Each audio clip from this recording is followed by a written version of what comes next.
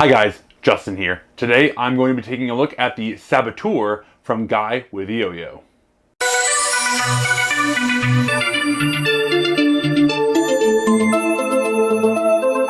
This is the Saboteur from Guy with Yo-Yo. Before we start, this is a prototype version that I was sent for the review. The production version is going to be a gram lighter, have a 12mm axle, and a slightly smaller gap width than this one that I'm holding in my hand. The Saboteur is an organic yo-yo that has a step up near the guts that make it perform a little bit differently than a traditional high-walled yo-yo. It's made out of 6061 aluminum and has standard 19mm response pads. The Saboteur feels really great in the hand. It's got a nice shape to it that feels comfortable to hold, and the finish is just great.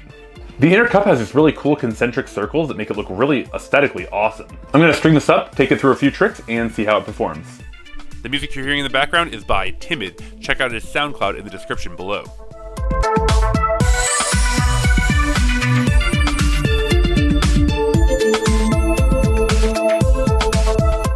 On Cold Fusion to Kamikaze, the Saboteur doesn't feel like it wants to play super fast, but it can move quickly.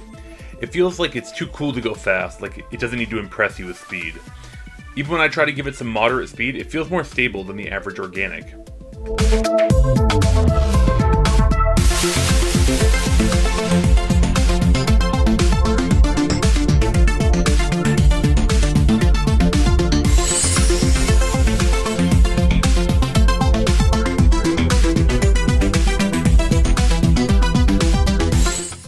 On Skin the Gerbil, when I try to move fast, the instability of the organic does start to show, but that's more because of my inaccurate play when I move quickly.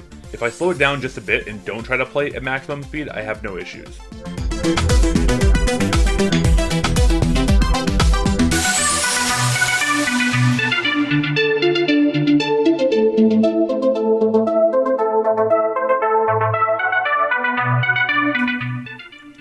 On Bouncy Castle, the Saboteur balances just fine on the string. It's easy to catch and it's not too heavy.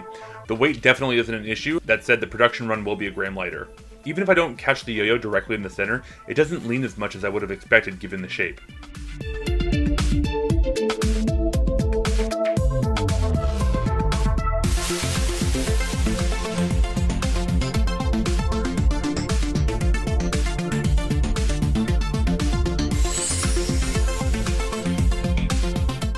On Calypso, the organic shape doesn't lend itself to grinds, but it's surprisingly stable in short bursts. The finish helps offset the friction of the organic shape, but the grinds do cause the yo-yo to lose spin relatively fast.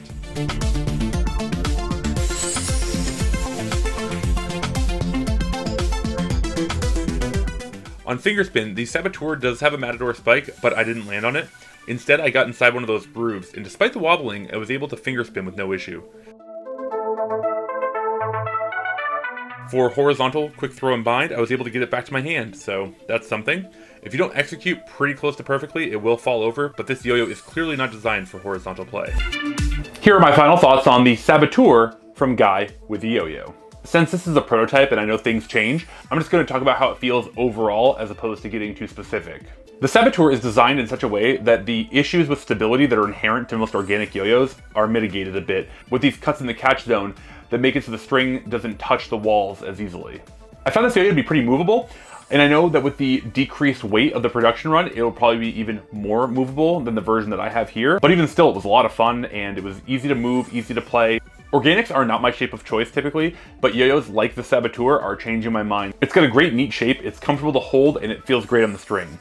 The issues that I have with most organics, in that they have shorter spin times and less stability, are really mitigated by the design of the Saboteur, as I mentioned earlier. And once again, just the cuts in the middle, they just look so cool.